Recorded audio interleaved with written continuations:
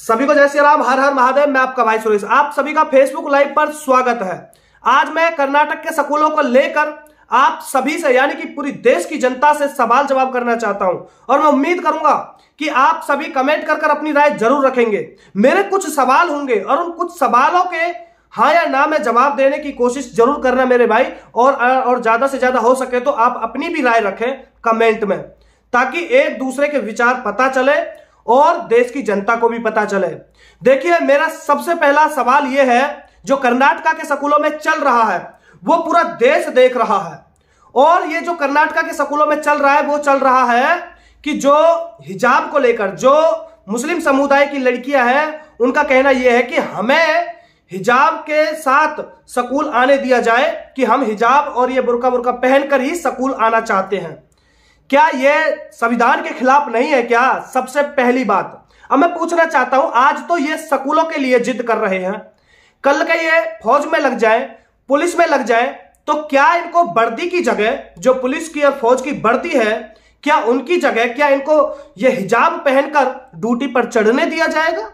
मेरा दूसरा सवाल कि जिस तरह ये जिस तरह अपनी जिद को लेकर पड़े हुए हैं, और उसी तरह अगर हर धर्म के लोग अपनी अपने हिसाब से, जैसे उनके यहाँ, जैसे हमारे यहाँ भाई भगवा का वो है तो हम भगवा पहनकर स्कूल आए। अब भाई जैसे ये क्या नाम है, भीम आर्मी वाले हैं, या फिर जैसे कहते हैं कि जय भीम वाले जो भी है, तो ये मतलब लीला वो फट्टा रहता है वो सब, और ये सब गेर के स्कूल आए, पहन के स्कूल आए, तो क्या ये सही है? मैं पूछना चाहता हूं, क्या इस देश में अब इस तरह से चलेगा? क्या स्कूल के अंदर इस तरह से क्या पढ़ाई हो पाएगी?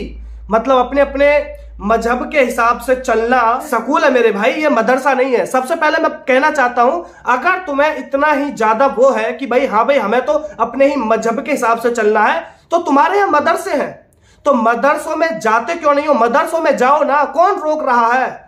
और पूरे देश में फैला रखा है कि भाई देखिए, हिंदुस्तान में तो, इंडिया में तो, कि हिजाब को लेकर मतलब कहीं भी जाने नहीं दिया जा रहा, हिजाब को पहनने नहीं दिया जा रहा और हिजाब का विरोध किया जा रहा है। इस तरीके से पूरे देशों में फैला रखा है। मैं पूछना चाहता हूं, क्या मदरसों में तुम्हें किसी ने रोका है? तुम कहीं मार्केट में जाते हो, हिजाब पहनकर कोई रोकता है? तुम कहीं भी जाते हो, कुछ भी करो, कोई रोकता है?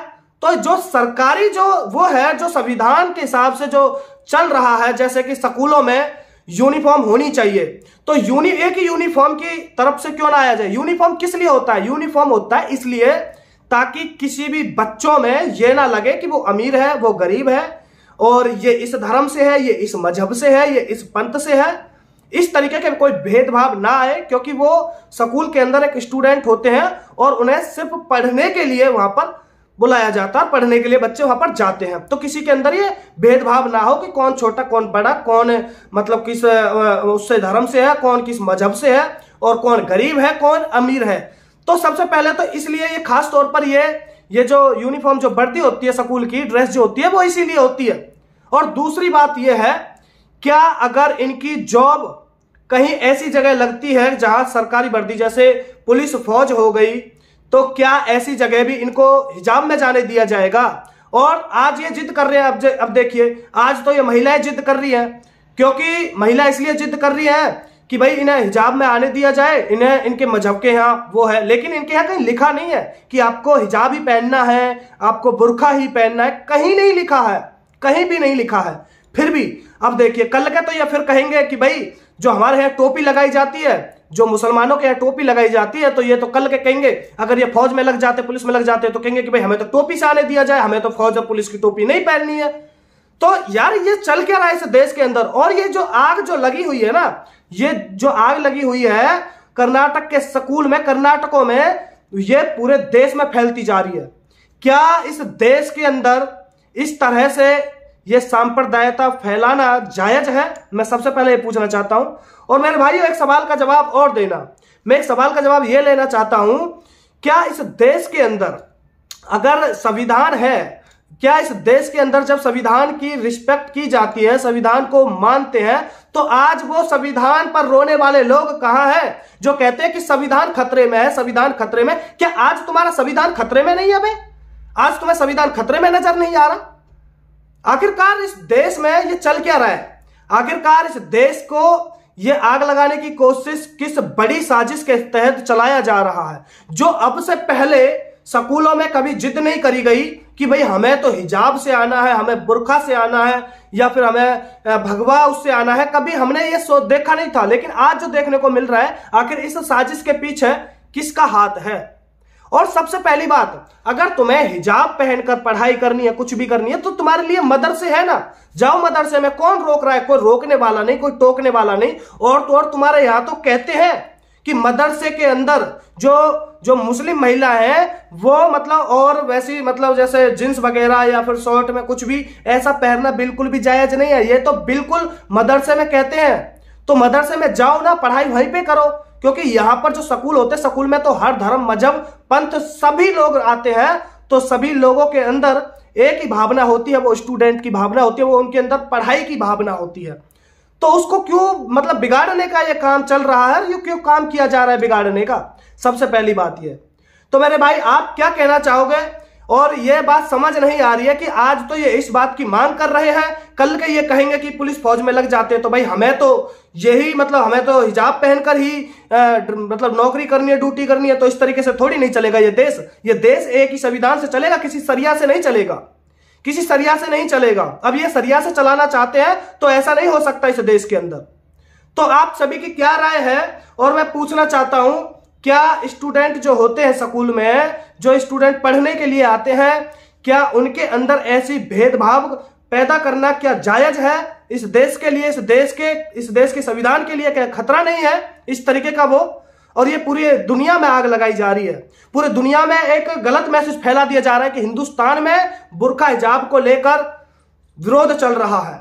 किस तरह से एक मैसेज पूरे हिंदुस्तान के लिए, किस तरह से बुराई फैलाई जा रही है पूरे देशों में।